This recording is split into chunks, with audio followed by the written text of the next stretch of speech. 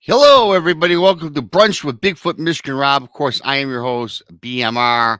I hope everybody's having a fantastic start on your Thursday, 12 Central, 1 in the East. Thanks for coming on in. Tex has the day off. However, waiting in Studio C from the Blondes and the Booze Paranormal Podcast is Brandy. Brandy will be joining me this afternoon. If you haven't subscribed, and if it is your first time here, please subscribe to Bigfoot Michigan Rob on YouTube, the Blondes and the Booze Paranormal Podcast on YouTube, Texas Front Porch on YouTube, Our Paranormal World with Monica Rollins, Paranormal Paul on YouTube, Our Paranormal Among Us, I believe that's called, and of course, Donnie Cho Says Stuff. I no longer give out the schedules, and I'll tell you why. I've been, excuse me, everybody. I've been giving our show times for about 2 years. All of our shows across the board. Most of you should know them by now, but I got to tell you, I always get all these comments. I didn't know you were on. What time are you on? And I realized that for 2 years of giving out the time slots, people forget or you just don't pay attention, but that's fine. Here's the thing. YouTube analytics is telling me 8%, I can't speak for Tex, Brandy, and the other groups, 8% of you, all y'all out there, have the alert bell on. Here's the thing. 8% is pretty pathetic, okay? Now, I'm not slamming any of you beautiful people, but 8%'s low. I got over 4,000 people. So that's 320 of you have the alert bell on.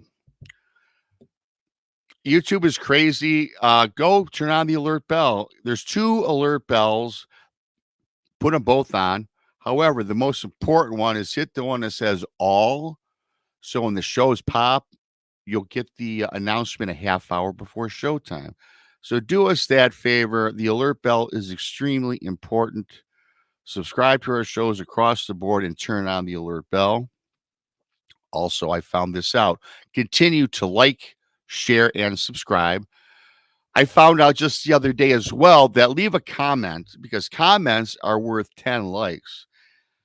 A lot of you don't do it. I personally, since I'm not huge or big yet, right? I do make I really try to respond to all your comments, and I do.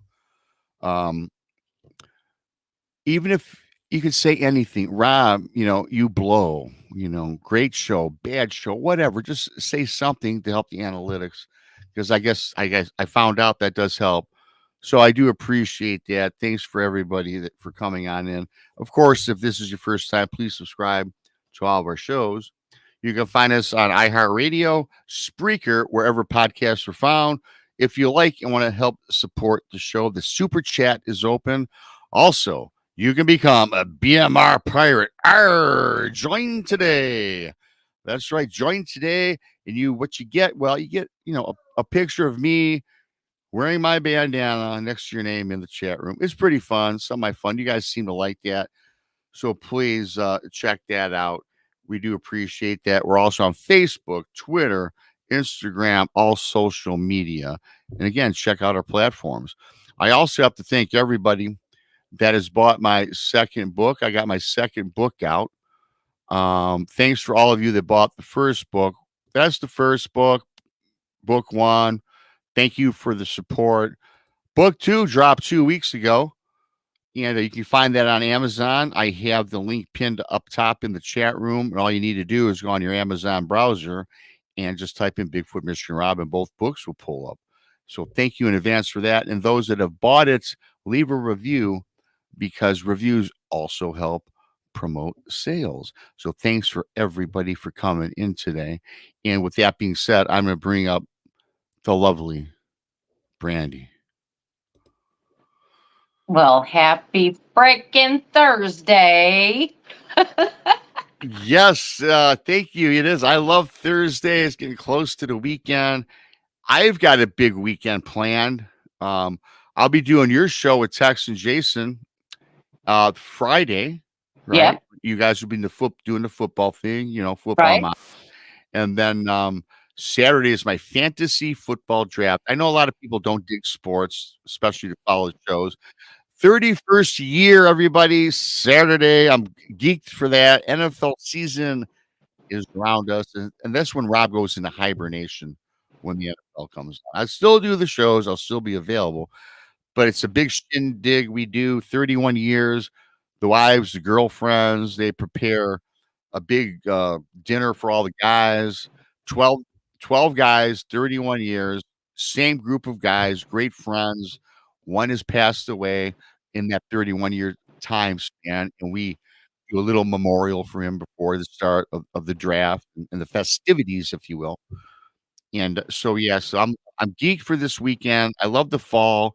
I like the summer, but I'm sick of this 92-degree weather, Brandy. I am too. I am too. When we talked to Tex a little earlier, he was saying that it's cooler in Texas than it is for us. I was like, what is that? What's wrong with what's happening? I don't know what's happening. I don't know in Michigan, and again, I always talk the weather on shows because I'm fascinated by the weather. But my state, we barely get, what happens on Christmas Eve or Christmas Day. I haven't had a white Christmas here in like 5-10 years. It's always raining and like 55 degrees.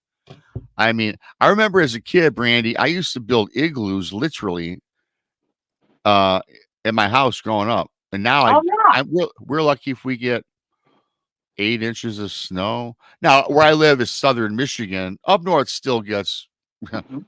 a foot of snow. They get 10 feet of snow. Right. But where I live, it's almost like we got to do a show on the weather. I don't know if it is, we all know about the climate change. We all know about perhaps government controlling it, firing lasers into the air, if you believe that sort of thing. But I simply don't know. I don't know. I don't know. Well, and then you have to remember, you and I were kids at the same time, and we both grew up in Michigan, in southern Michigan. So Yeah. I remember the same exact thing is being out there and digging tunnels, Yeah. No. Yeah. I mean, we had literally forts underneath the snow, which was so awesome. right? And once it took a couple of years and we got older and we engineered these great forts. And I must tell you, our forts and igloos we built were warm inside them, where you literally would sweat after a while. Of course, you're Well, running around being kids, but yeah, I miss yeah, those days.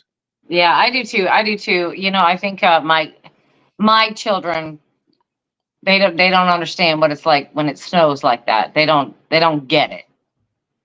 And I'm like, whew, Well, we had some fun. oh, we had a lot of fun growing up as kids. The snow was awesome. The snow is now today I don't mind it because now I don't even need my snow blower. I shovel maybe if I shovel twice during the winter, that's a lot lately. Yeah, I get mostly ice is what I get. So I use more rock salt than anything. Yeah, and then you trek that in the house, and that's kind of a pain in the butt because we get ice. We Right. do we do get icy conditions. Now, Texas, on the other hand, when they get the ice on the freeway, they shut down the state of Texas because nobody knows how to drive in that, And I tell you what, people from Michigan still don't know how to drive in the snow and ice when we get it. People, Right. I'm not talking about people who lived here for their whole lives. Right. Everybody here is like, oh, well, I hope you get to work. See ya. You I'm like, okay. Yes, yeah. Well, speaking about the cold weather, we're going to do a show up a little bit about the Alaskan Triangle and some cryptids from Alaska. And I kind of got this idea.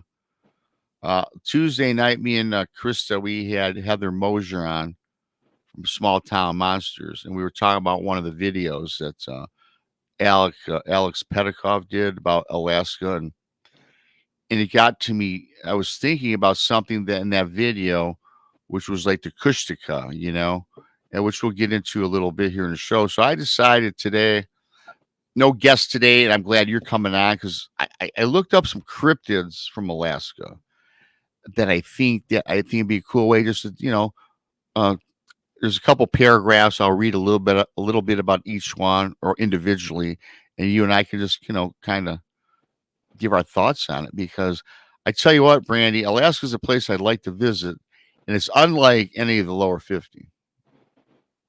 Right. Yeah. Absolutely.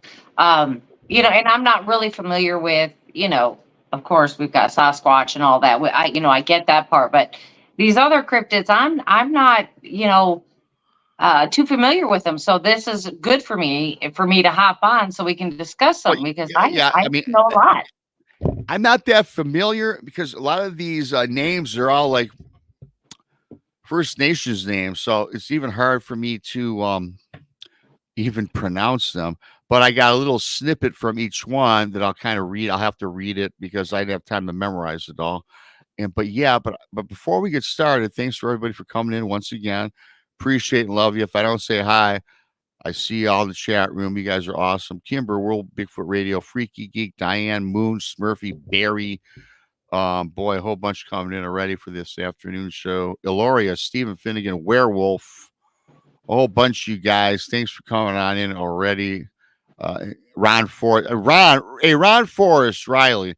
I tell you, you're a big. You watch a lot of the shows, and you send me all these cool comments. You, my friend, I need you on the show because you've got a lot of crazy experiences in the state of Maine, and Maine is a state you don't hear a lot of strange things about. And Ron seems, I believe you do live in Maine, Ron. I got to send me an email, buddy. I like to chat with you because you got some fascinating things going on. So, Yeah, I wonder if they just want to keep it quiet in Maine. They're yeah, just like, well, shh. Maine. When I think Maine, I think lobster. I think fishing. I think I think cool. bear. Well, yeah, well, of course, I think probably all the Hmm. predators are probably in Maine. So yeah, that'd be cool to chat with Ron. I'm not putting you on a spot, Ron. Send me an email. We can talk. Some people don't want to be on the show, and I get it, but he's got a lot of knowledge out in the state of Maine. So what I'm going to do is I'm going to show a picture, and I'm going to try to touch base on each one of these. I have a little snippet on each one that I'm going to read, and then you and I can talk about it, what we think it is, or what it might not be. And people certainly in the comments, leave a comment on it, what you think. So here's Yeah, the absolutely. pictures. I'm going to pull this up. Okay, now these are all in Alaska from doing some research this morning. You got there's on the left, going from left to right, the Adlet. Look at that thing. Okay. You Oh, got I mean that's wild. And mm-hmm. then the next one is the Kushtaka. Kushtak, I guess that's how you say it. Look at that. It looks like a dude or a human being that looks like a beaver or an otter. And we'll get in Yeah. that. Kind of. And then the third one over is the ear senrat.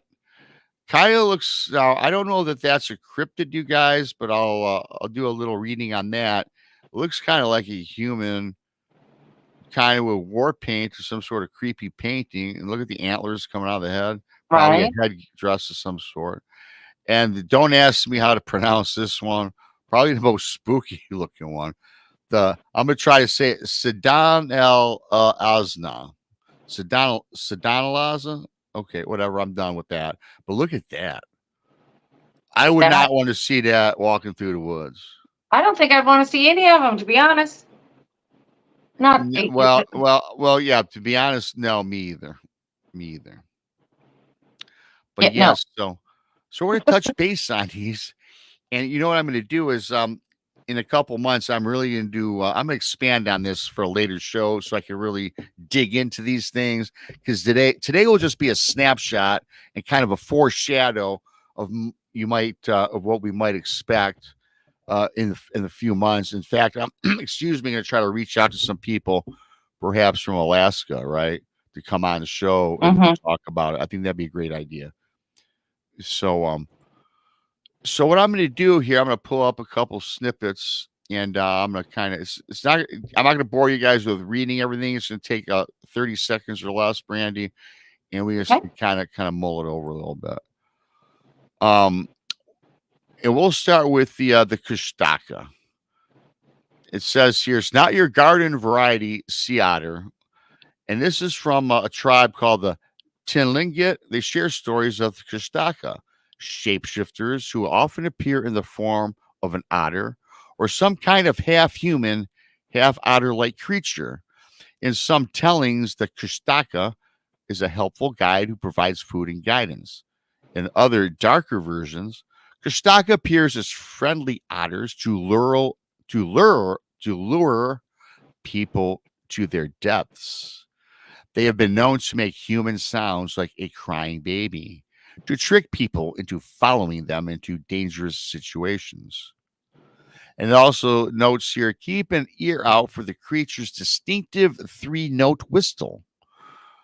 That's your best hint that Kushtaka is present, and so on and so forth. So I'm just going to leave it kind of at that, Brandy.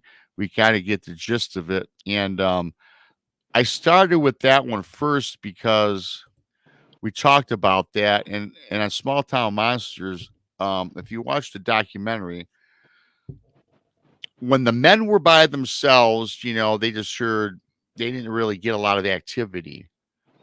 But then when some of their women came up there, some of the ladies, from the river, they're on a big lake out here, ocean, I should say, right?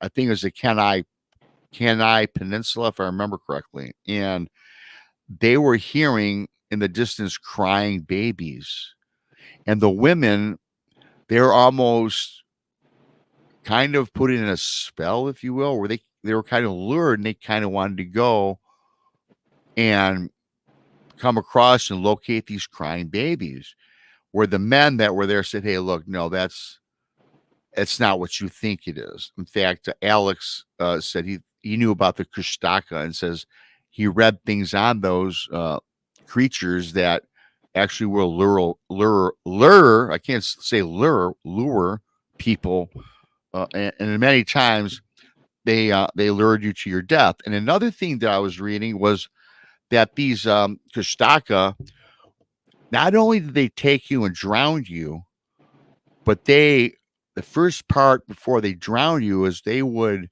remove your flesh and take on your flesh, where they also were a shapeshifter and can evolve into a human-like creature. Oh boy. Which is utterly terrifying. Yeah. And before we break this down a little bit, I'll show that picture just once again for everybody. And let's see, right here again, it's the one on the right, the second one on the right that we're talking about. And again, it looks like a human. Doesn't it look like he has human flesh on the top of the head, and the bottom half looks more like I guess an otter or a beaver, don't it? Yeah, or something like that. Yeah. Or something creepy for sure. I mean, maybe not an otter, but yeah. So, yeah.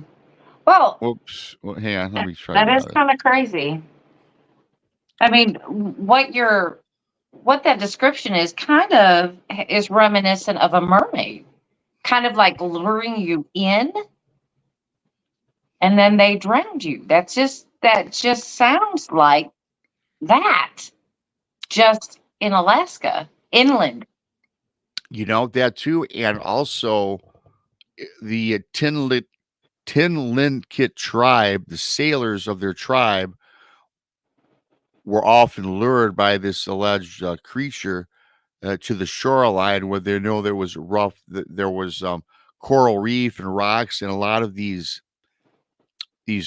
fishermen of the tribe were up. They crashed and they were into the water, and then they were devoured by these alleged Kushtaka. And just like sirens, we also hear about the sirens, the whistling, which led pirates oftentimes, if you believe in that lore, to their deaths and wreckage. Right. So Alaska, it's got. I'll see what Duke says here. He knows a lot of stuff. Kushtaka shapeshift to look like a member of your group who isn't in camp to lure you out of camp so they can kill you. Well, again, yeah, thanks for that, Duke. World Bigfoot Radio, go subscribe to Duke. But yeah, so again, pretty terrifying. We think that Dogman is terrifying, but we don't really hear accounts like that when we talk Dogman.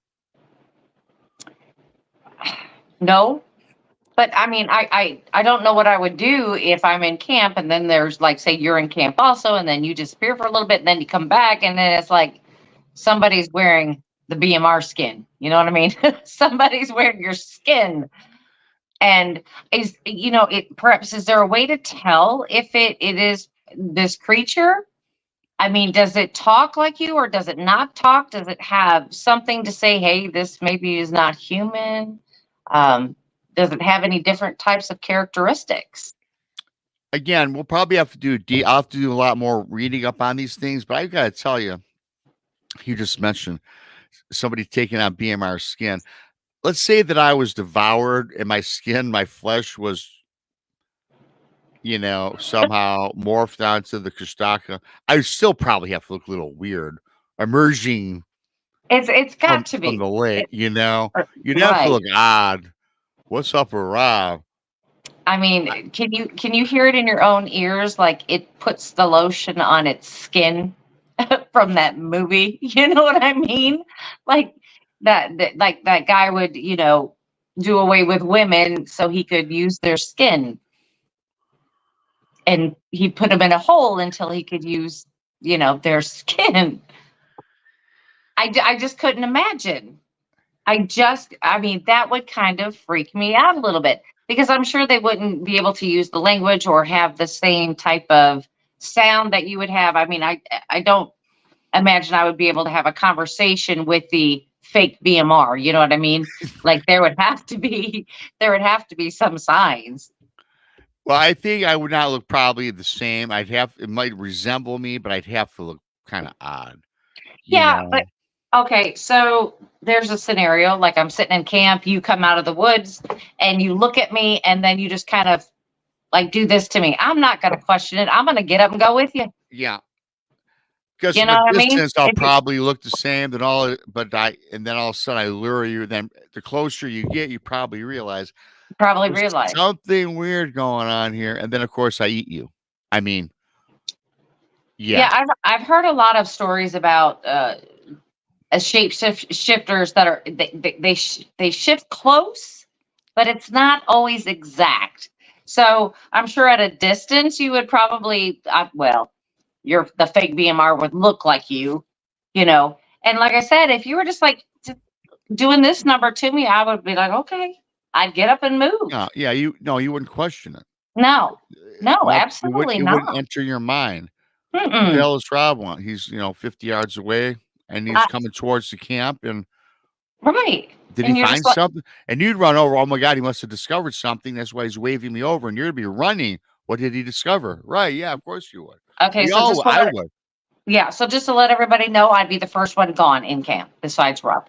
I'd be it. I'd be Yeah, gone. well, yeah, probably. You know, and I could just imagine that it would shift to me and then go back into camp and then it'd be like this to somebody else. I mean, it could get nuts, I'm sure.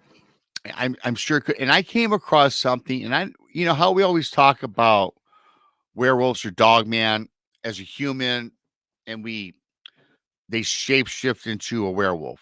And we've talked at nauseum about why am I cross-eyed? Am I cross-eyed, Smurfy? I don't know. Oh, never mind. I just read it. That's right. Thanks, everybody. If I'm not saying hi to you guys, I love you all. Thanks for coming on in today. Appreciate each and every single one of you.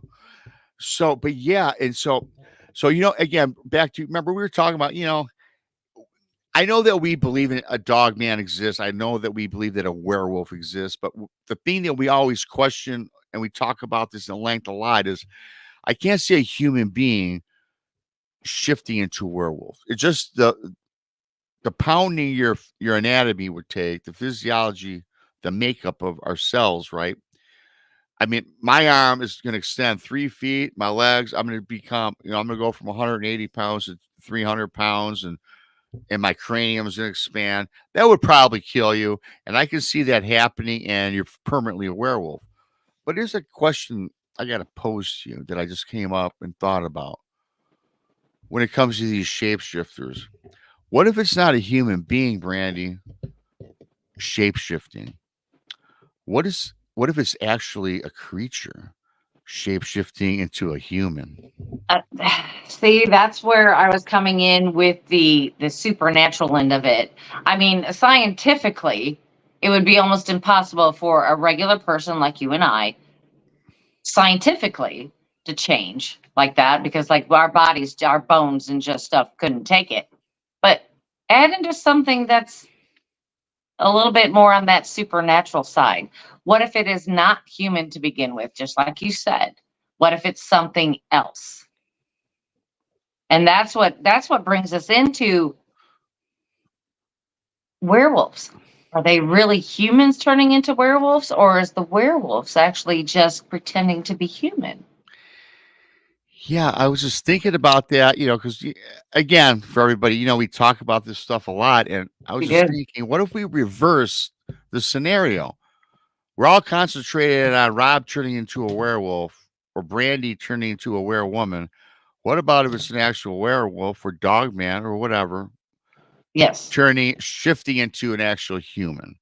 I tell you what, just due to the makeup of our bodies, I think that would be more plausible now that I'm thinking about it. it could be, but then again, we don't know. I mean, I think that's going to deal with more on the, how should I put it, magical side of things. Mhm. I'm going to have to go with that side of things. I think either way would be difficult, because you would be talking about a werewolf actually shrinking to fit into a human body, to make itself into human Yeah, body. So I don't know about that either. but then it also brings about certainly dark magic and supernatural. I can see Yes. if that's the case, then yes, that would have that's certainly more plausible. Yeah. And I know even with the human, I don't know much about physics, but our body's made of cells, molecules, and maybe there's a lot of things we don't even know about cells and the molecular structure, because maybe our cells can progressively evolve if you're put under a hex or a spell. Maybe again, there's so many. It's so fascinating just to dive into. You know what I mean? Absolutely. Absolutely. It that is a deep, deep subject, especially when you start talking about the dark magic and all of that. That's a whole show in itself. Oh, for sure. And again, thanks for everybody for coming on in. If I'm not saying hi, because I'm trying to concentrate on this show here. Love y'all. And so that's the Kustaka. Again, I think in a couple months, I think we all should get together and kind of read up a little more, and do a We panel need to show on it, discuss that. because I Yeah, think it's pretty cool, and I'm fascinated by this by Alaska. So that's the Kustaka. So I'm going to bring up and talk to you about another one here that I found, which was pretty cool. This is called the Adlets, and I'll show the picture again after I'm done with this. Half human, half dog. And again, you guys, these are all alleged cryptids from Alaska. And the Adlet come to us from in a tribe Inuit stories, which tell the tale of a race with the upper body of a human and the lower body of a dog. As the story goes, the Adlet was created when an Inuit woman mated with a dog, siring 5 dogs and 5 Adlets. As one version of the myth goes, the woman refused all of her suitors to marry her dog husband. In the end, both she and her dog husband perish, suggesting peril to those who chose unconventional marriage. Let's see if there's anything additional. Similar stories of a half human, half dog race have been found in other parts of the world, including Greenland, British Columbia, and Siberia. So that's that interesting cryptid. And again, really quickly to give everybody an idea what we're talking about picture wise, the Adlet is the first picture on the left. So yeah, I guess don't look like a dog to me. That's about the only picture that I could come up with. You got the big, well, nothing to me suggests dog, more of a human, more like the Kashtak, it looks like to me, except for those like elf like ears, right. so what do you think about that? That's I never heard that tale before. I haven't either. That one's completely new to me. Um,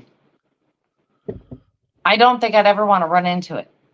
Just like I don't ever want to run into a dog man. Don't ever want to.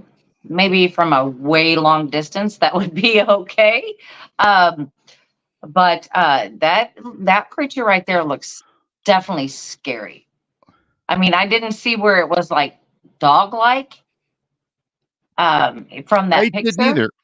I did not either. And just reading that, a woman mating with a human. I mean, again, I'm not a doctor. I know what I know, but I don't even know if that's even possible. And first, as a female or any person of this, anybody listening, are you really going to allow yourself to have intimate relationships with a dog or a wolf? Unless, of Absolutely course, you were not. forced. Of course, if you were forced, that's a different story.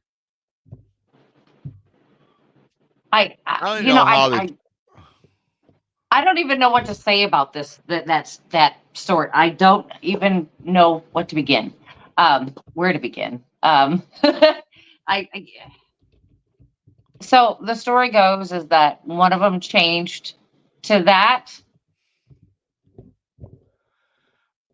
Well, yeah, they changed after the mating session ended. The person that had the relationship turned into that Adlet creature.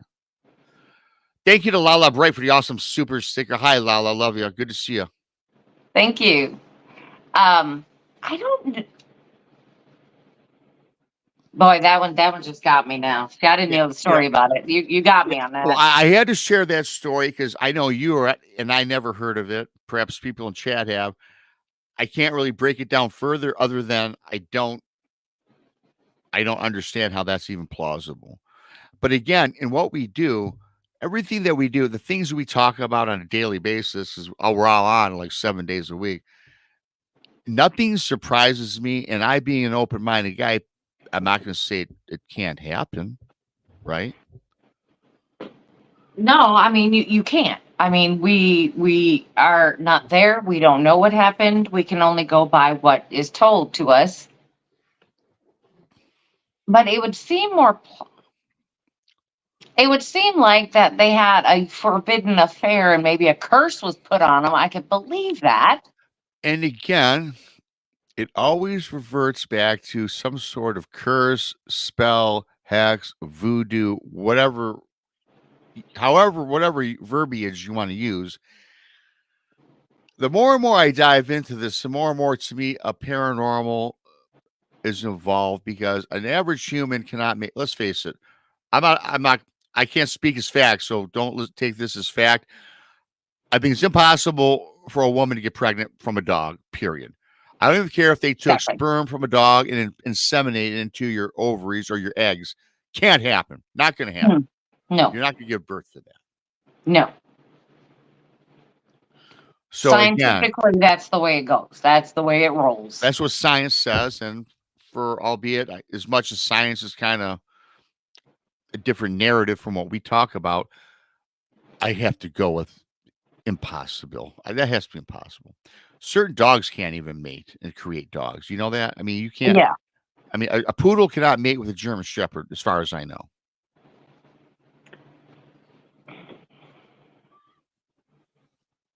I mean, I could be wrong, but I don't think it's possible. Well, it's just Or a kind of like Chihuahua. a horse and a donkey can make a mule, but a mule and a mule can't make a mule. It's just that's how it works. I mean, I don't know. Yeah, that's I strange.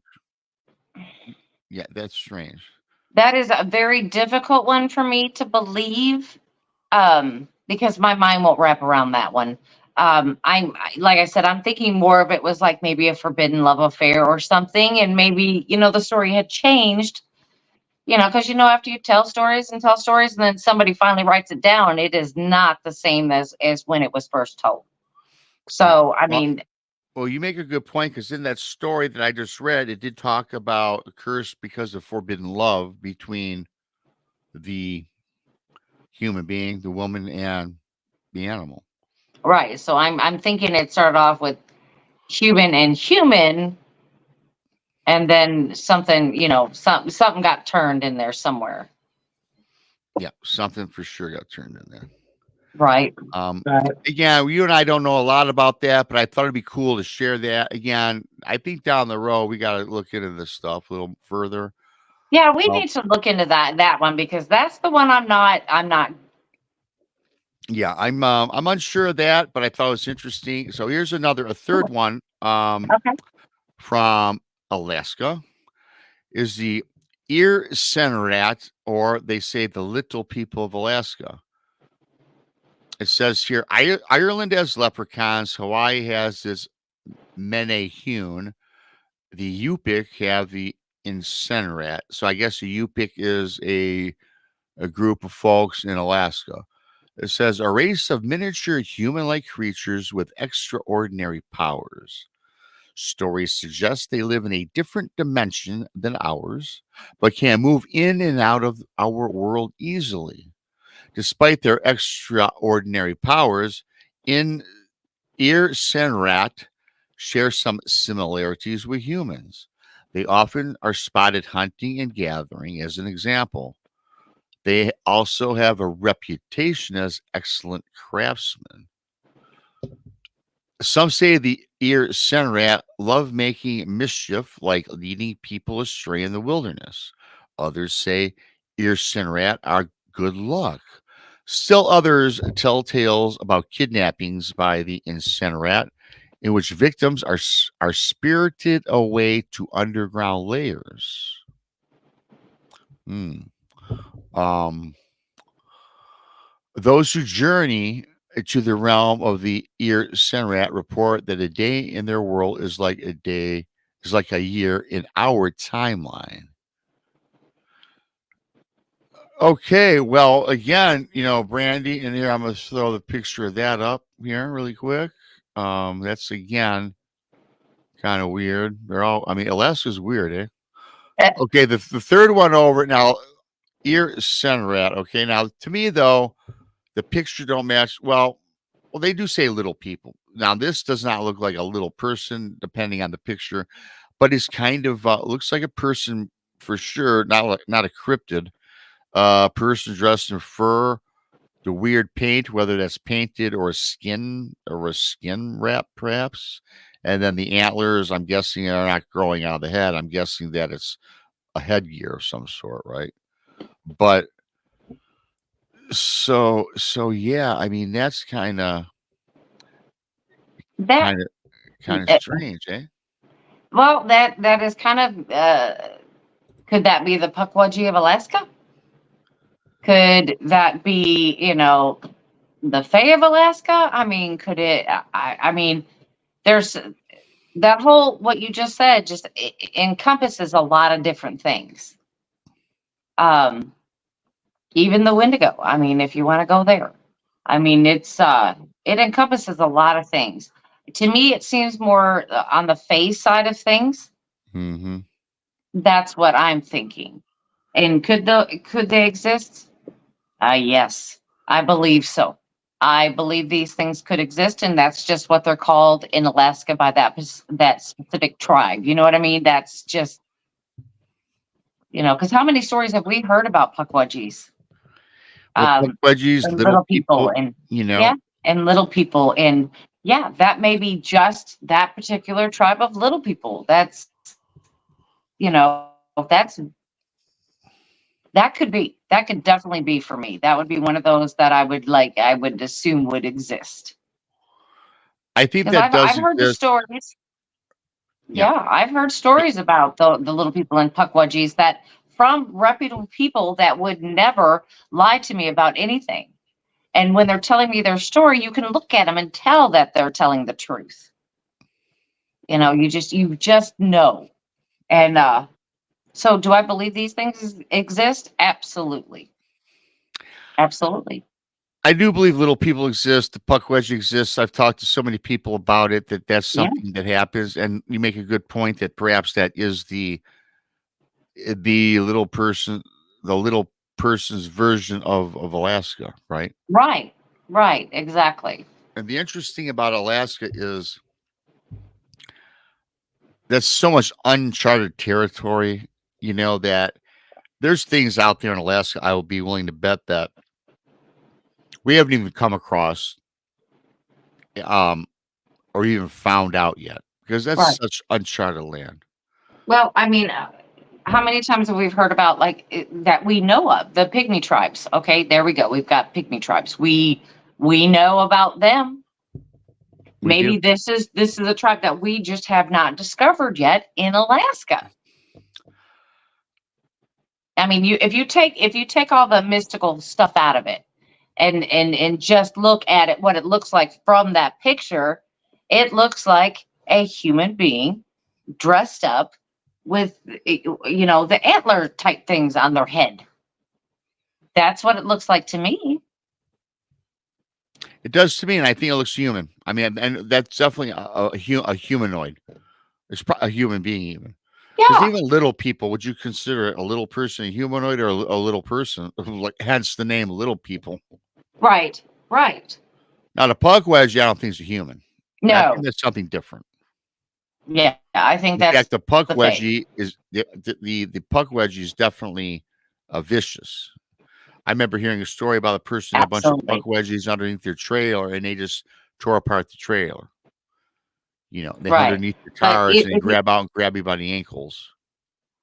right, but if you take out the part of, being able to walk in and live on in a different realm and be able to come back, and if you take all that stuff out and just go by looks alone, it looks like a human to me. I would agree. I think so. I've But got again, if it's part of the Fey, well then, well, my goodness, there's the anything's up for grabs for that, because we know that the Fey is a vast uh category. We know it's vast. So I believe that, yeah, I believe these things exist. I do believe that. I would be out of all four of the ones that we looked at, I think I would take my chances with that one. Yeah, I would. We've talked. Well, seen four. I've talked about three, but yes, I'll do the final one here in a minute. And I would take my chances with that one. Yes, that And would I be the think, one. and I even think it made mention that they're no more than 2.5 to 3 feet tall. Now, don't get me wrong, sizes and everything, but if I had to come up against any of these, I'm going against that one. I mean, Right, right. I mean, But like I said, if they have all these supernatural um aspects to them, then I'm gonna say that's another part of the Fae. Uh, and because the Fae too, it encompasses earth, wind, fire, all the natural resources yeah, of the forest. And, they've been known to be evil and some have been known to help people. right. I did that story that about the guy that got lost. Do you remember the story? The guy was lost in the woods. He was there 10 years. Yeah, Same place he always hunted and camped and fished for 10 years. And he had his tent set up and he's out in the forest and got up one morning and there's a river that runs abundantly through his area where he camps, and he went out for a nice hike. And through his hike, he discovered a different trail down the path. He says, "Oh wow, where's this? What's up with this?" Of all of his 10 years, it was something new to him. So of course he explored it, went down that trail, and then about 5 or 10 minutes into his hike, these surrounding areas just totally went upside down on this guy. The whatever the trees were, I mean, the trees turned to a different variety of trees. The terrain turned different. The entire landscape of this trail he was unfamiliar with. And the interesting thing about this, he always would travel about that river or stream which ran for miles through there. Then he noticed something. He didn't hear the river or the stream flowing like he always would. He did at the onset of going down this trail, but all of a sudden he recognized he don't even see or hear the river. And he's now he knows he's lost. He tries to turn back on the trail, and the trail led him to nowhere. Where this guy now is kind of frantic. He sits down on this stump and he goes, okay, 10 years. I know where I'm at. I'm not losing my mind. Compose yourself. There's got to be a solution to this. Then all of a sudden, he happens to look into the tree line and he sees this big shadowy object, a humanoid looking object, which for an instant stepped out from the tree line. And he says, Rob, it kind of looked like a Bigfoot. But then it went back into the tree line and disappeared. And so he's like, well, I got to find my way back to camp, but where do I start? Now, everything's unfamiliar. So he looks into the distance again to the tree line where that alleged Bigfoot perhaps was, whatever it was, I don't know really. And then he starts seeing that these trees took on a different look. At the base of the trees, more of the faces were coming out of the trees. They came out of the trees. I think this is more the elementals, the Fay type thing, right? Right. But and something told him first he was pretty petrified because I think anybody in their right mind to see a face morph out of a tree would be a little worried, right? I mean, I know I would. Mm-hmm. And then all of a sudden, this object of quote unquote the Bigfoot shadow appeared by that tree. It kind of took a step forward. Then he kind of seen again what he says was a Bigfoot, and it disappears again. And so there's something going on here. And then he looked further. Then all of a sudden, he starts walking the trail, and every several feet, another new face would morph into the tree. And he was now, something was implanted in his mind that, you know what, I think this might, although I'm terrified, this might be something that's trying to help him. So again, further you walk, the more these faces morphed into the trees, all different looking faces. He said they weren't human, they weren't natural, but they were distinctly faces. So he continues on and on. And again, every once in a while, the shadow of this Bigfoot-like creature would emerge and then disappear. And so he's walking, and he, again, doesn't know why he's doing this, but he thinks this is his way to get out of being lost, right? So this went on, he says, about 15 or 20 minutes, all these variety of shapes and faces in the trees. Then all of a sudden, guess what he hears in the distance? He hears the running of the stream, the running of water. Now he's starting to get enlightened, like, hey, wow, I think that this is the familiar stream. Continues on, goes around a bend, and there's a stream. The surroundings now, Brandy, they come back, they become more familiar. He follows the stream along. Now the faces all of a sudden that he was experiencing, they went away, they were gone, but now he realizes he's in familiar grounds, and they get another turn around the bend. He starts jogging, excited, and then sure enough, he's in a familiar area, and it led him back to his camp. He now realizes that he's now back where he was. So he's asking me, what the heck do you think that was? Did he go through unfamiliar trail that he started, which he thought was odd at the onset? 10 years, this trail came out of nowhere. He follows, which leads him into a total different realm. My question on this, I know it's not about Alaska, you guys, but it kind of resonated with what we were talking about with the Fae and all that. Did this guy slip into a portal, or did he just slip into a different realm? And did he slip into the land of the Fae?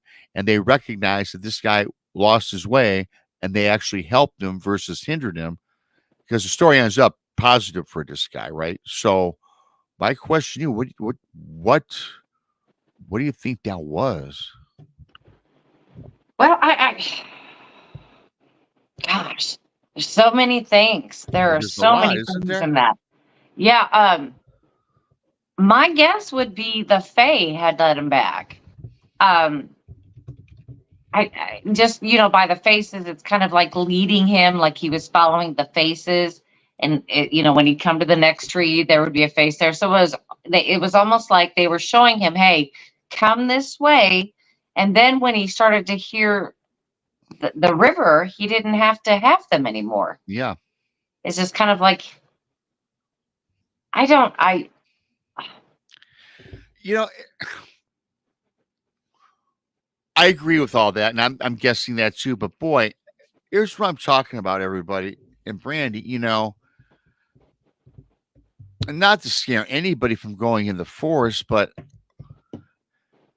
I believe there's portals in the forest, different realm. I think there are different realities going on all around us.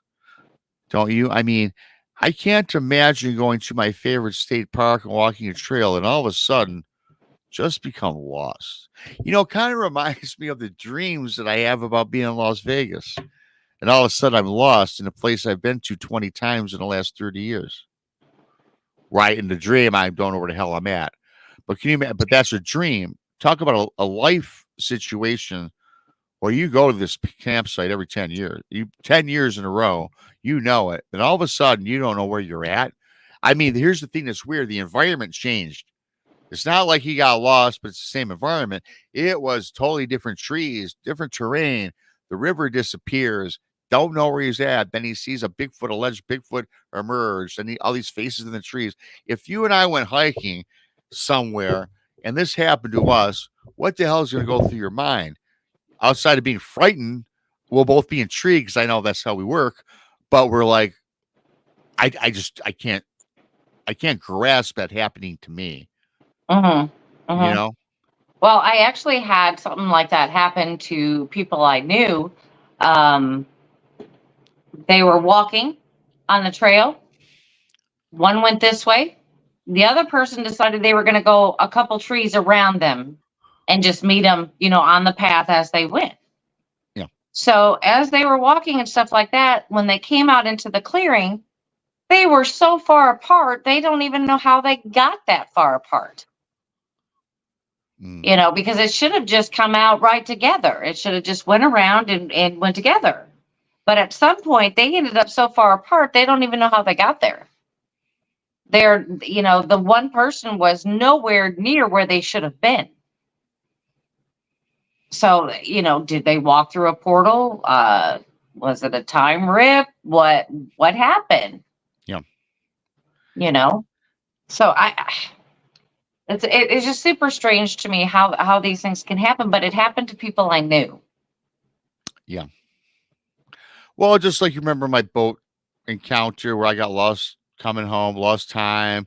I ended up being, 20 miles away from where I should have been, and a 5-hour journey. It shouldn't have taken 5 hours to get back where we were supposed to be. Remember, I'm not going to get in that story, but you know that how that kind of happened to me. Right. I think that It's the same thing, really. it is. It's kind of the same thing, but different. And then we kind of fell asleep on the boat and woke up, and all of a sudden we were like in familiar grounds. I mean, that was freaky. Yeah. But that's a story for another time. For those that did not hear that one, I'll do that down the road. That one always amazes me because it's one of those ones you just can't explain. You cannot explain that story. And according to our records, really quickly, our chart showed us to be in Canada, and we weren't in Canada. You know what I mean? I mean, we're not in Canada yet. We're in Canadian waters. But anyway, guys, that's story for another time. And so here's the fourth cryptid from Alaska. We're talking a little Alaskan, and we're going to talk about the Alaskan Triangle after this too, I think, which is very, very fascinating. Let me first go to this brief story here. And we just did this. Now we're talking about. This is the one that you can't pronounce, correct? Yeah, this is Sidanalazana, Sdonalalyasna. Okay, the people stealers. Again, you guys in Alaska, the Sidanalazana, mythical residents of the Kenai Peninsula.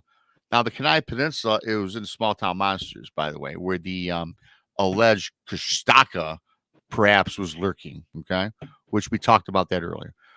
These residents of the Kenai take human form.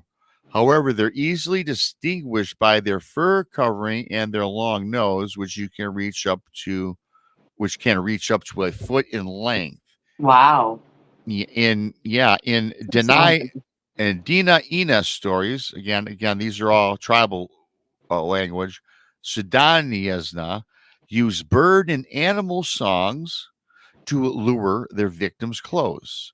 Then they snatch them up and spirit them away.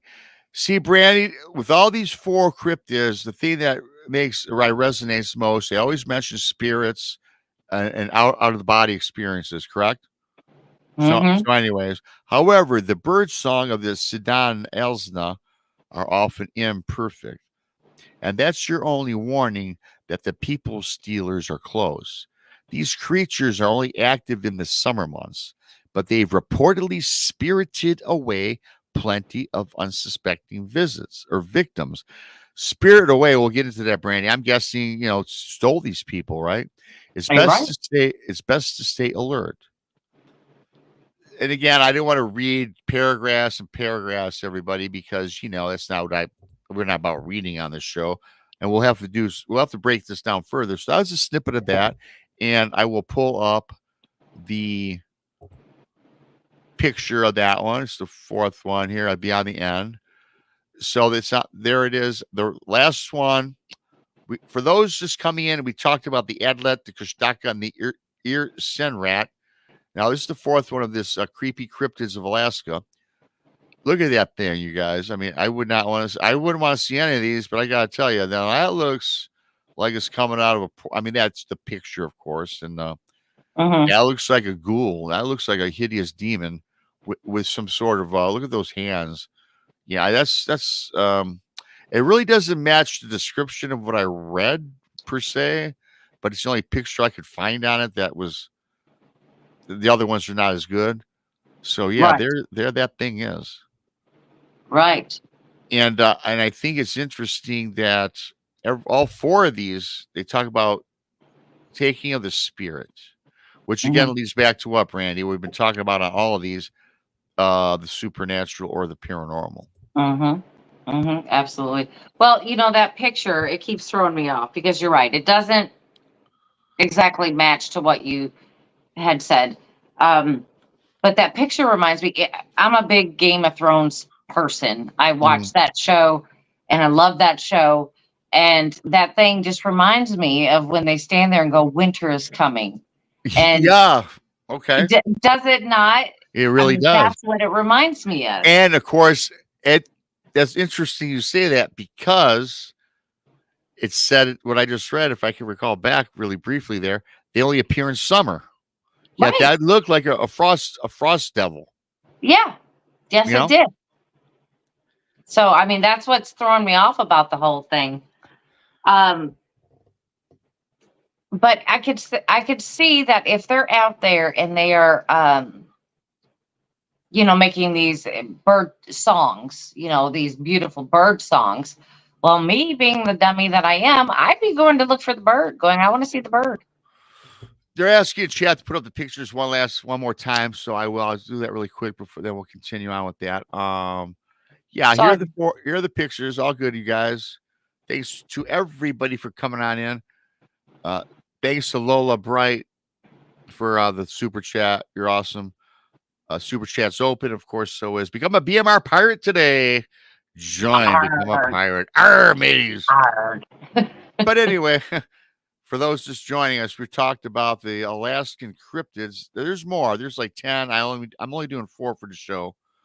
The Adlet, the Kushtaka, the ear senrat, and the Sidan Alazana, which I just spoke lastly, which does, Brandy, look like a frost person. It really, really does. It does. Like I said, what you described, it's not really, it's throwing me off a little bit. I mean, but I would see that what they all have in common really is that they use some type of technique to lure you away. Yes. Excellent point. You're a very good investigator. They all use a technique, babies, birds, something where you're going to be intrigued by, especially with the baby thing. The BMR skin. The BMR skin. Yes, Yes. exactly. Things that are going to put you at ease. Well, some things is worrisome, like, oh my God, babies in the forest. We got to check this out. Me emerging, I just got ate by the Kostaka. It took over my skin and was wearing my skin. Kind of sounds like Hannibal Lecter, you know, Kind of. Kind of. a little bit, Like I said, the movie, it Yeah, puts lotion on its skin type of thing as he lowers the stuff down in a bucket. you know, that's what it reminds me of. But yeah, they all use these. So, it makes me want to say, is that could this all be the same thing that they are depicting as their own story, their own thing? But it's really all of the same cryptid that we're speaking about. They just have their own folklore story or their own background to it, or they twist the story to suit their particular tribe or. Well, that's a great point. I was going to bring that up too.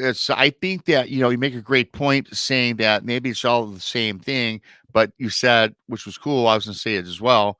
Different tribes, different folklore, myths, and legends, but maybe they're not, there's 10 of these, you guys. I'm just doing the 4, but maybe they're all one and the same, but the perception from each tribe is different.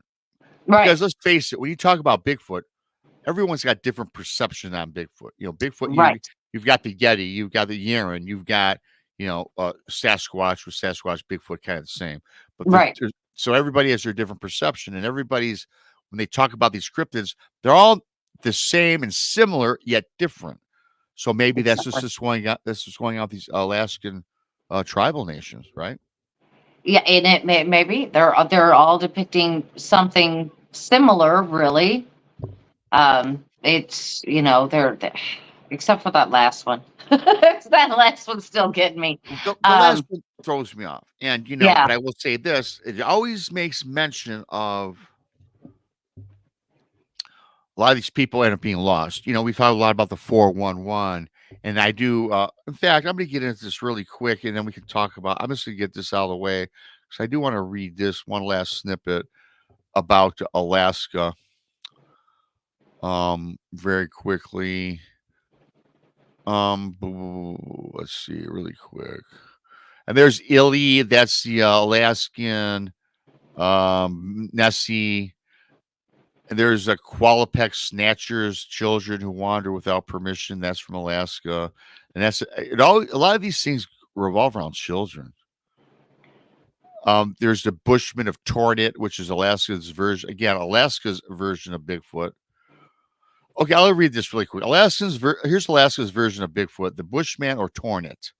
Well, wilderness area would be happy or complete with its own version of larger-than-life hairy human creature who roams the area, stealing food, uprooting trees, and causing mysterious disappearances. In some areas of North America, it's called Bigfoot, and others it's Sasquatch. In Alaska, you might hear tales of the hairy man or the Alaska Bushman. The Inuit tribe believes that these creatures descended from a people called the Tornit, which used to live in relative harmony with the Inuit, until a Tornit damaged an Inuit's prize canoe. That the Inuit retaliated by killing the Tornit, which caused the rest of the Tornit population to flee in fear. Today, the Tornit are rarely seen, but they are blamed for all kinds of havoc that occurs in the wilderness, including crushed traps, missing hunters, and other unexplained events. If you're wandering in Alaska, the wilderness, and you sense a smell of a foul odor, beware, a Tornit might be nearby. And again, that's a snippet there. And again, it brings up another missing person. So all these have one thing in common for sure: people come up missing. And as you know, I just have this stat, I don't have it in front of me. Alaska is number 1 in the entire United States. Part of our states where the missing are. It's all from Alaska. The majority is from Alaska. So what these stories we're talking about here today are these cryptids. A big part of the 411 is unexplained happenings in Alaska. And also, we always talk about Portlock, Alaska. And this kind of reminds me of that last story I just briefly read. how the at Portlock, how that village of fishermen were all taken over by an alleged Bigfoot or some sort of creepy cryptid and killed everybody, and that's why it's no longer there's no no people live there, right? The fishy industry went away. So really, to me, all these things they're the same but different, and I think they make up a lot of the missing 411s. After reading through this, and I haven't even started to research this stuff until like an hour ago. You know what I mean? Right, right. Well, I mean, again, I mean, if we're talking about the Fae and them Yeah. taking them to a different realm, they could be living elsewhere and just not on this plane. You know what I mean? It could be somewhere totally different. They are missing, but still alive. Just not what we would know on this, in this realm. We just don't know how they're doing it, or we're just calling them missing, or you know, I don't know. That it's getting my mind all running in different circles because I'm like, well, it could be this, and then it could be this, and then it could be this, and um, but with the four that we talked about, I do believe they sound like almost one and the same. They do to me, and Bigfoot Duke says the Nantinak, which I believe is out of Portlock, translates Yeah. to the thing that takes men. Again, thanks for that tidbit, Duke. Again, another thing being taken. So, here's the difference between Alaska and the lower 50, in my opinion. Everything in Alaska that deals with some sort of cryptid or some strange phenomena, people are coming up missing. Now, here in the States, the lower states, when we talk about Bigfoot, Sasquatch, Dogman, whatever it is, it's not always people coming up missing. It seems like 100% of these cryptids in Alaska take people. Where here, where we live, it's not so much the same. Does that kind of ring a bell with you? Everything in Alaska, you're going away. We're Well, here in the state of Michigan or the Northwest. I mean, it's not. well, you've got to take Oh, the vast area that these things have to live yeah. in. I mean, the lower 50 don't really have all of that. I mean, we have our state parks and I get that, but we're talking about stuff that it's the hardships for a human to live in that is it's not even worth it. So would they have more room to roam, should I say? Well, There's more places to hide. There's I mean, they could drag you off into into the wilderness up there, and you're just gone. well, yeah, and you're not gonna be found. Alaska, like you said, is vast. It Yeah, is, and another a kind of another point that really kind of corroborates what we're talking about is Duke is saying, yeah, the Nantinak is a supernatural entity that kills people. And I've got to believe a lot of these things in Alaska. I got to believe they are supernatural now. I mean, what we've come up with, what some of the people have been saying in chat, it's got to be that element, Brandy, because you just can't. it has to be. And when you say element, it does remind me of elementals to a certain point. When we were talking about the earth and the fire and the wind and the water, and it looks like that they take some of those characteristics. You know what I'm saying? That's why I'm believing these are more fey than they are anything. Just it's that supernatural aspect of them that makes me believe that. The one about the dog, I'm not so sure about. Well, the dog breeding with a female. I mean, Yeah, again, who knows what goes on? I don't think it's that might possible. be just a story. Or You know, like I said, if you because here you are, you're sitting here and you're like, I don't like that family over there, so I'm gonna make up a story about that family that she mated with their dog.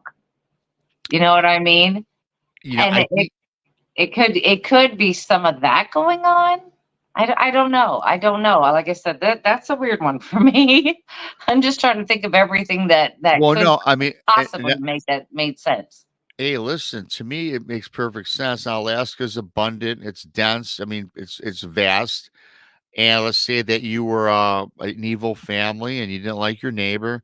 And yeah, I can see somebody taking the kids with the wife, treasuring them off into the woods where you'll never be found again, and coming back and making up a story. That's how a lot of these stories or these myths or legends come about. They start with an element of truth, but then it gets miswoven into always a monster, right? Always some sort of creatures involved, it seems. Right, right, And maybe this might be bad human beings. right. Of course, the one the one with the biggest with the K, I think it was Kashaka? the Kushtaka. That's the one. Yeah. That one reminds me more of tales like a siren or Yeah. a mermaid or something. They lure you in and then they drown you. That's what that reminds me of. It's like that's their version of a siren. You know what I'm saying? That's what it sounds like to me. I again, different parts of the world, Yeah. same thing, just called something different. Story's just a little bit different, but it's the same thing, really. Yeah.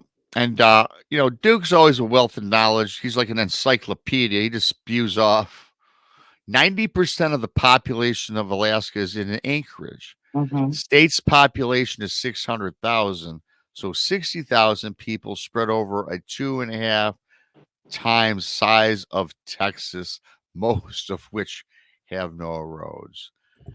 You know, Exactly. I got to tell you, I think the average Joe traveling to Alaska, you got to bring a guide with you because if we grew up there, Brandy, certainly we'd be able to navigate about Alaska terrain. But even the most experienced people that live in Alaska turn up missing as well. Absolutely. Absolutely. Like I said, there's just so much land out there. I mean, anything could happen to you out there. You could run into an apex predator and you're just gone. Won't be no time at all. You're gone. And they'll never find you. No, they never would find you. And I'm going to bring up something here which is a little different. Because I think this is fascinating, like some I like to look into. And we're talking about the Alaskan Triangle, right? And they have Hmm. here two of the most famous disappearances within the Alaskan Triangle include the vanishing of a C-54 Skymaster military aircraft carrying 8 crew members and 36 passengers, and the disappearance of an aircraft carrying the 1972 U.S. House State Majority Leader Hale Boggs. No trace of either craft was ever found. And it also goes on to say that there was at least 3,600 unaccounted for aircraft that has gone down in the triangle. And I just lost where the triangle is, but I think it extends from Anchorage to Juneau over to Barrow. And I'm just remembering that because I just, from my mind, can you imagine 3,600 unaccounted for planes and wreckage where no bodies were found, no wreckage of the plane found, no bodies found? 3,600, Brandy. And that goes back from 1955, it says here. That's a Oh, I lot. believe it. That's a lot. That is a lot, but I sure do believe it. I do believe that 100%. I mean, if the plane crashes, I mean, it's not like it's gonna land in a wide open field. You're talking about a heavily wooded Yeah. forested area that yeah, yeah, and if the plane breaks up when it hits, the parts gonna be flying everywhere. They're gonna be hidden from the sky. They're gonna be hidden. Oh, absolutely. I mean, I certainly believe it as well. It also reminds me too. You remember that story about the Malaysian airplane that's never been recovered either? The crash, Right. I think, in the South Pacific, or was it off the coast of I out can't there? remember, but I Oh, remember the Malaysian yeah. Did that it go particular down flight. outside of Peru? Maybe it was. I don't. It was. Went down in Asia somewhere in the Asian Sea, I believe it was. Never Yeah. found the crew or nothing ever found. Hey, much like Lake Michigan, we've had planes go down Lake Michigan, crews never been found either. So I guess my question would be for this, great. We're coming up with some great topics for the future, Brandy. We really I are. know. I'm I hearing it right now. yeah, and when these planes go down, because we have the Michigan Triangle, which is in Lake Michigan. Oh my gosh. Yeah. I mean, There's so many shipwreck stories and all kinds. I mean, the Fitzgerald. I mean, that's the a number all one. these things. And Yeah. I mean, Lake Superior's got yeah. well, that's the Ella Fitzgerald, And right? never. Yeah. It's And like it's kind of like they never found half of these wrecks and things that are happening within Michigan. You no, know, and and is you there would think with all the technology we have today that we would be able to find some of this, and still nothing. you would think, easy. You would think that they'd be able to scan the ocean. They do that show on National Geographic where it says "drain the ocean," where they literally. You ever watch that where they drain the ocean? And you can see the bottom of the ocean floor. I've not seen that, Oh my! but It's that would very be fast. interesting. It's very fascinating. And they Mhm. did drain Lake Michigan. But I always wonder though the validity of those shows. And yes, it's National Geographic, so I mean they're reputable. But Mhm. if they really, and that's with computer enhancements. I don't know how they do that because if you drained the ocean floor, the lake floor, whatever, you would find everything on the bottom of the ocean floor that ever crashed or sank, right? You would You would think. think, yes, Yet they don't show up absolutely. when they drain. And again, it's not an exact science. I can't believe because you would think if you actually did that, you'd be able to see all of these wrecks, Right. And so I think that's a great idea. I think they gotta, again, it shows the terrain, but nothing else. So that's kind of weird, but it's like I was just talking about, like Lake Superior, tons of play. A lot of people disappear on Lake Superior all the time, which Yeah. also opens the other can of worms about the alleged alien base at the bottom of Lake Superior, where they see alien craft coming out of Lake Superior and taking off. And they also see alien craft going into Lake Michigan, right? I mean, where do you start with this stuff? Is this aliens taking as a part of this or craft? Is it portals, wormholes? I mean, wormholes are in outer space. I get it, but I think I tell you what, maybe 20 years ago, 10 years ago, I didn't believe in walking through a portal or a different dimension. I think today that anybody can fall into a portal and never be found again. I think that is our walk of life. You could probably get lost in a mall if a portal appeared in a mall. I do. Absolutely. Absolutely. Just to, it just all depends. It all really depends. I do Um, believe one thing, like somebody said in chat. I'm sorry. Thanks for everybody for coming on in. It's all connected. yeah. Everything's Um, connected in some realm, some form, some fashion. yeah, because I am noticing that a lot of the UFO UAP stories that I'm hearing lately have been near or around major water sources. So I'm like, maybe something's connected there that we didn't see before. I understand that there are other stories where they're nowhere near water, but there's a lot that I'm hearing, especially in and around my area, that there is a major water source. So I'm like, well, yeah, I don't know. Well, as you being in the paranormal genre for so many years, you know that water is a very big Very conductor good conduit. Yes, it's a big conduit, conduit. Yes. and that's what's just the paranormal side. What about a conduit for these portals and for these for everything, right? I think water is fascinating. Water is Yeah. another mystery. Yeah, I You know, don't know why it wouldn't produce the energy needed to keep these things powered up per se. You know what I mean? Why couldn't it? I mean, we use water for energy in a lot of things. So it just makes sense to me. it's a conduit of power and energy. That's for sure. for everything. Mhm. That's what they did way before electricity. They found a way to use water to power up things, right? They built That's right. wells and they built these contraptions to produce power of some sort, right? Right. To help with building things, which is fascinating how people's minds are, how smart people really are 100 years ago, 1,000 years ago to put all this together. And I got to tell you, today's show opened up so many portals for us to delve into moving into the future How did I because know you were gonna say that? you knew how you, yeah, I know. See how we think alike, you know. We do. We do. But yeah, but I think that yeah, so overall, Brandy, Alaska, me and you and Krista, Tex, whoever, I think, would you be down for going to Alaska for a trip? Oh, That would absolutely. absolutely. Absolutely. I don't want to go on Alaskan cruise. I don't want. Man, I don't I want to see want. Alaska from a ship for God's sakes. No, I don't want to see any of that. Don't put me on. I can't even do boats for long periods of times. Anyway, I've never been on a cruise of any Water, kind. do you get seasick? No, I don't. I go into anxiety and panic mode. Oh well, Just that's because I even can't get worse. off. Yeah, I Oh, can't get off. It's just kind of that like being fear. claustrophobic, and Yeah, that's just I can't get on you dry know land. there's nowhere to go.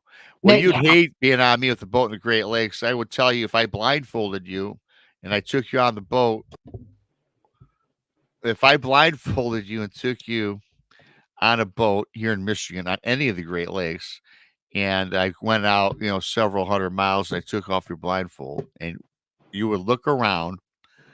That's why Great Lakes they were a sea. Everybody, they are an actual sea.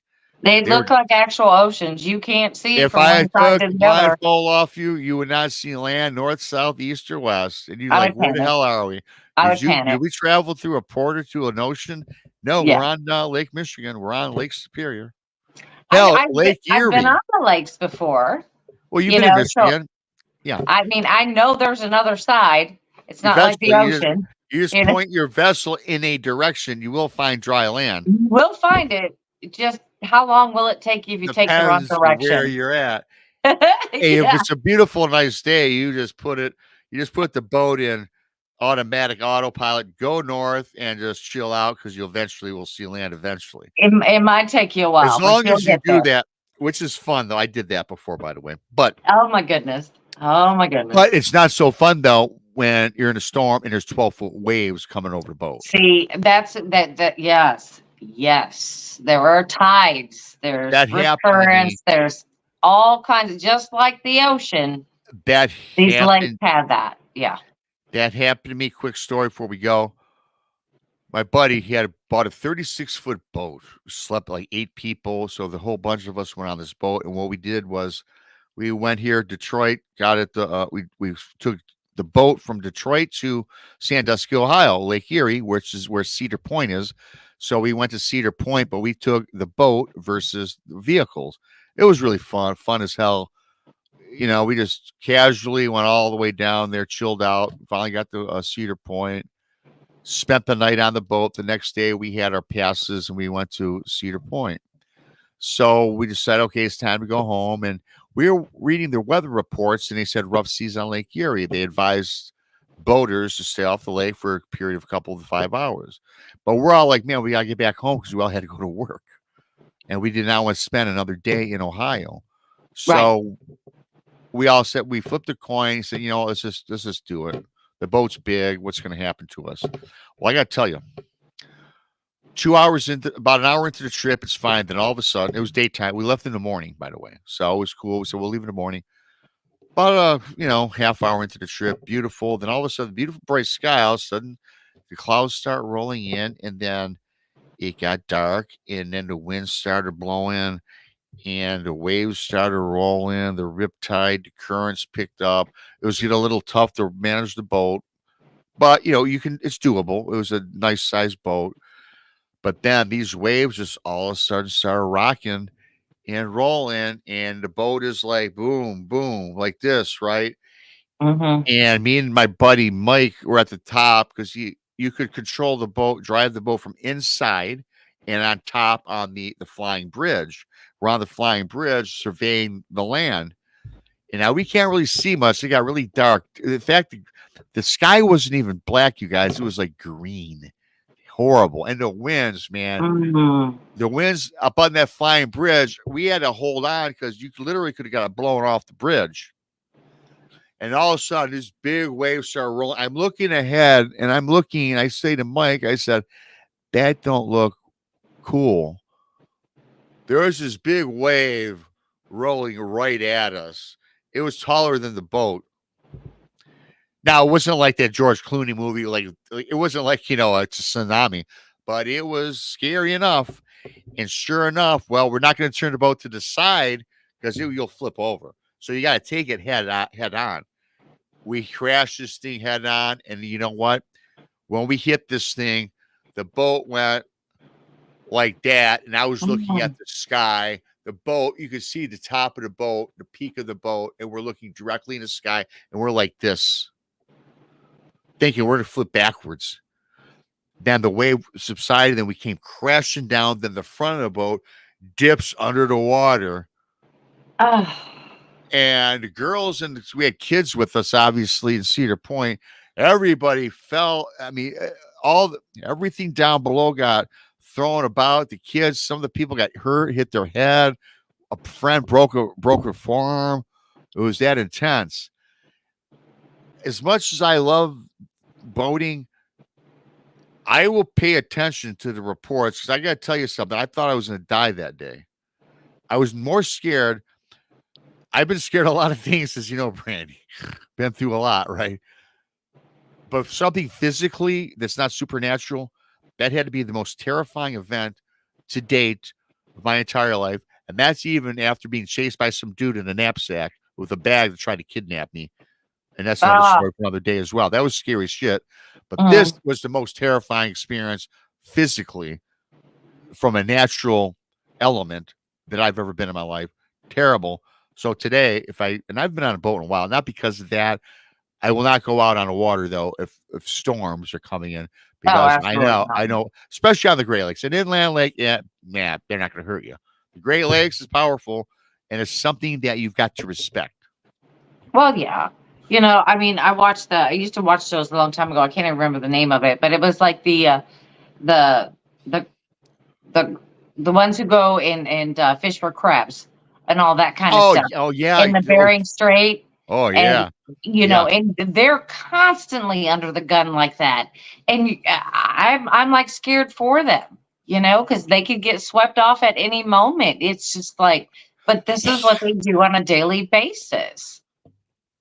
This is how they live. That's how they make their living. And they know that their life is, in somewhat dire straits sometimes. But you watch that show, those boats, it's kind of what happened to me. And I've never seen it happen in those big. I mean, we're on 36 footer. Their boats are 120 feet long. But where they do their crabbing is the most dangerous. It's in by Russia, right? It's out, where it's at. About the Bering Straits. The Bering Straits. And that is I think that's the most treacherous area that you can be on, Yeah, that's just a mess. So when you're telling me that and me talking about cruises, maybe that's what got me. Maybe that's why I won't go on a boat. I don't know. Maybe it was that show. Probably was. I was on a cruise ship many years ago, and I'm not gonna get into this story, but our cruise ship actually hit a pier. Oh no! And put a big 4-foot dent in the side of the ship, and it started to leak. Now we were at port, we parked, but it was leaking. You know what we had to do? They had to bring another vessel over to use it because that boat was not navigable anymore because they had to repair it. Can you imagine if we were at the sea and that started sinking, kind of like the Titanic, right? That's what I was gonna say. Titanic. Anybody heard of that one? I mean, golly. Yeah, that's another story, Duke. Scarier than fighting a werewolf with a machete, which I did fight a werewolf with a machete when I was about 13 years old. It was a guy dressed up as a werewolf, and I had a machete on me, and I slashed at him. And then I found out, Rob, stop! It's me, your uncle. Oh no! Could have killed the guy. Idiot. You're like, That's a story for another time. I'm if like, you'd have what the got hell? hurt, it would have been your fault. Yeah. I killed somebody at 13. Go figure. Right. True story. That happened as well. I got a lot of cool stories. This was a cool show, Brandy. Thanks for coming on. Oh, no problem. I was, like I said, I got off work on time for once, and I'm like, well, I might as well, hop on in. So. Yeah, I got to thank Lala Bright for the awesome super sticker earlier. Great way to support the show. Please subscribe to Bigfoot Michigan Rob on YouTube if you're brand new here. The Blondes and the Booze Paranormal Podcast if you're new. Texas Front Porch. Monica Rollins, Our Paranormal World. Paranormal Paul. Donnie Cho says stuff. And of course, my buddy always seems to show up of late. Duke Sullivan. Duke Sullivan be on a couple in September. We're talking mountain giants. Don't know when that is, Duke. But we have to get with me on that. Thanks for everybody for coming in. Thank you for participating. And thank you for the people that are not in the chat room. I'm pulling it up like I've been doing. We had 58 to 62 people in chat. Right now, 305 people listening live. For you people, again, just because you're not in the chat, I love you as much as the people in the chat room, because without you, the show would not be possible. With that being said, thanks to Brandy. Thanks to all for coming on in. And I got to pull a text, look for the exit. Well, I found it very easily. See you guys later.